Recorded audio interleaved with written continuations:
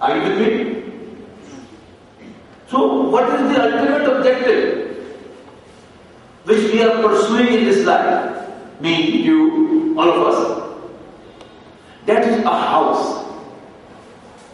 Why we are so much after a house? Have you ever thought of it?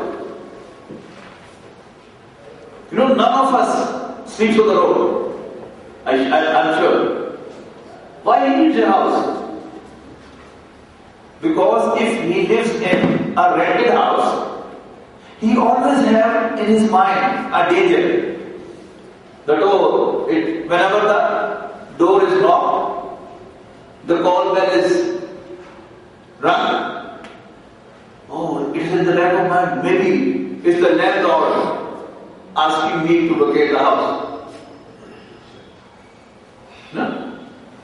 It's always in the back of my mind. So I want to have my own house so that no one turns me out of that house. Though, interestingly, no matter how strong house I build of my own, Israel alayhi salam will certainly come with the warrants from Allah subhanahu wa ta'ala to turn me out of that house. So, then there's another pursuit of house too. I have a house of my own, but it's a narrow, small house, attached to the next house. There's no garden in front of it, on the back of it. It's congested. I want to have another house, a big spacious house, a mansion with a garden in front, with a garden behind, and then a garden on the side and garden on the other side. Then I want to change my house for location. I must have a house on the lakeside. You know, the houses on the lakeside are always expensive, aren't they? Why? It's the pursuit of it's the target of human pursuit that he wants to live in a house which has a beautiful location, greenery, water flowing underneath, beautiful mansion, with all the amenities of life, comforts of life, enjoyment of life. Now let us see. Is Quran our guide? What do you think? Is it not the guide for us? Because the house which we are pursuing, that we have to locate. Sooner or later, some of us may be called in the youth. The others may be called back in the middle age. Some of us may live here for 60, 70, 80 years to leave and vacate this house. Whereas our desire is a permanent house from where the landlord doesn't throw you out, doesn't kick you out. With that house, Allah subhanahu wa ta'ala in the Quran says, come on, you work for me, accept my slavery and work for me, please me, I will bless you with a house of your choice. Come on. You will have all what you pursue. You want a spacious house? Yes, it is spacious. You want rivers to flow underneath? Yes, I have for you. You want a house surrounded by the gardens? Yes, it is. You want there plenty to eat? Yes, it is. You want to have all types of drink? Yes, I have provided for you. Therein. What else you want? You want to enjoy sex in it too? Yes, I have made an arrangement there too. But you got to be mine. You have to accept me as your Lord. You have to listen to me. You have to obey me. You have to trust me. You have to work for me. You have to live for me and you have to die for me. I assure you that I will provide you with the house of your choice. So this is the Quran. Isn't it a guidance for all of us? Yes. Now, a question even more important. Whenever you go to a work, you get written instructions, clear instructions. You have to do this, and you don't have to do this, and this. When you open up Quran, you hardly get such guidance. You open up with Surah Al-Fatiha, Alhamdulillah Rabbil Alameen, Ar-Rahman Ar-Rahim, Maliki Yawmiddin, Iyyaka na'budu wa iyyaka nasta'in. You hardly get any guidance. You hardly get any instruction.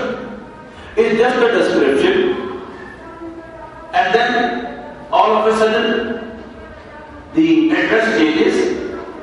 First, it's a descriptive statement, Alhamdulillah Rabbil Alameen, Ar-Rahman Ar-Rahim, Maliki Yawmiddin. All of a sudden, the direction changes, Iyyaka na'budu wa iyyaka nasta'in. And then you see instruction. اهدنا الصراط المستقيم صراط الذين أنعمت عليهم غير المغضوب عليهم ولا الضالين. Then the second surah starts, and you see in the second surah it begins with Alif Lam Mim. ذلك الكتاب لا ريب فيه هدى للمتقين الذين يؤمنون بالغيب. Then certain characteristics of the righteous people have been described, followed by the characteristics and behavior of the non-believers. Then there is a description of the hypocrites. You hardly get instruction number 1, number 2, number 3, number 4 and number 5. Now, how to extract guidance from the Quran? It's a very important subject. And I believe you all are here in pursuit of this, that how to get guidance from the Quran, and that is the heading towards understanding of the Quran. Quran is an amazing book. No, this word book is also interesting. We have to sort out what type of book is it. When we talk of a book, it always comes to our mind. Always comes to our mind. What type of book is this? Is it a textbook? Is it a novel? Is it a fiction? Is it a story? Or it's a drama? What is this? Sometimes it looks like one, at others it looks like others, but certainly it's not a textbook. Because in a textbook, you begin with the introduction. You begin with the introduction, following it forward, and then followed by chapter 1, 2, 3, 4, and so on. The subject described in chapter 1 is not repeated again. Only a reference is made. Whereas in Quran, there are subjects which you find being mentioned on each and every page of a text. For example, Akhira. Sometimes it's descriptive, sometimes it's imperative, If you don't understand what type of book is this, then how to get guidance from it? Say, today a gentleman becomes a Muslim and he wants instruction from the Quran. Which page should he open? First page, it doesn't carry instructions. Second page, it doesn't carry instructions. And so on and so forth. How should we guide it? It's an amazing book. It guides in a subtle way. You have to extract guidance from the Quran by regular and daily recitation of the Quran in pursuit of guidance. The Prophet ﷺ reassured that if you recite a single word of the Quran, you'll get 10 virtues for each and every letter of the Quran. If you are having wudu, get 20 for each. And if you are reciting the Quran in prayer, 30 for each. That's a byproduct.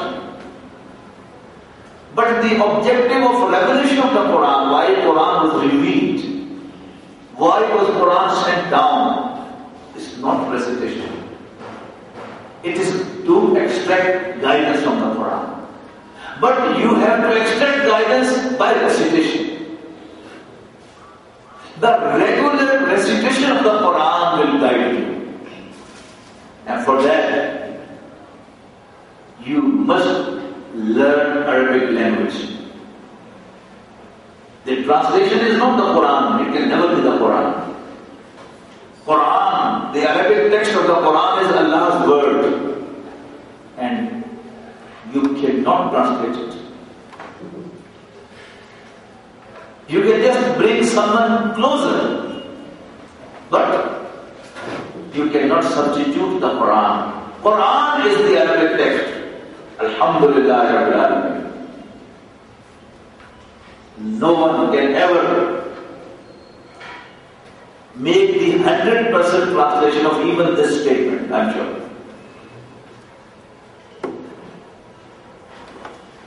So, regular recitation of the Quran, and you have the persuasion of guidance, extracting guidance from the Quran, and you are reciting it regularly and you know a little bit of Arabic. Inshallah, I assure you that you will not know, but you will be guided through the Quran. I said it's a strange, amazing book. Repetitions, repetitions, repetitions. Allah Almighty, in its inclusions, now what Quran includes? Many subjects. But one subject is mentioned on each and every page of the Quran, and that is the subject of Akhirah. Most important subject. So Allah Almighty, in the light of His absolute knowledge, He knows everything. He knows He created you. He created you all of us. And as Allah Almighty mentions in Surah Qaf, وَلَقَدْ خَلَقْنَا الْإِنسَانَ وَنَعْلَمُ مَا تُوَسْوِسُ بِهِ نَفْسُهُ. It's we who created man indeed. And we know very well what his nafs induces to himself, induces to him. وَنَحْنُ أَقْرَبُ إِلَيْهِ مِنْ حَبْلِ الْوَرِيدِ. And we are closer to him, even more close to his jugular vein. Very close to him. So Allah knows my weak points. He knows very well where do I need guidance. So He has included guidance in this Quran according to my need. He has again and again and again and again reminded me, this life is not the whole life. The real life is to come after death. This life is not the whole life, and the real life is to come after death. I wish we all are able to understand this.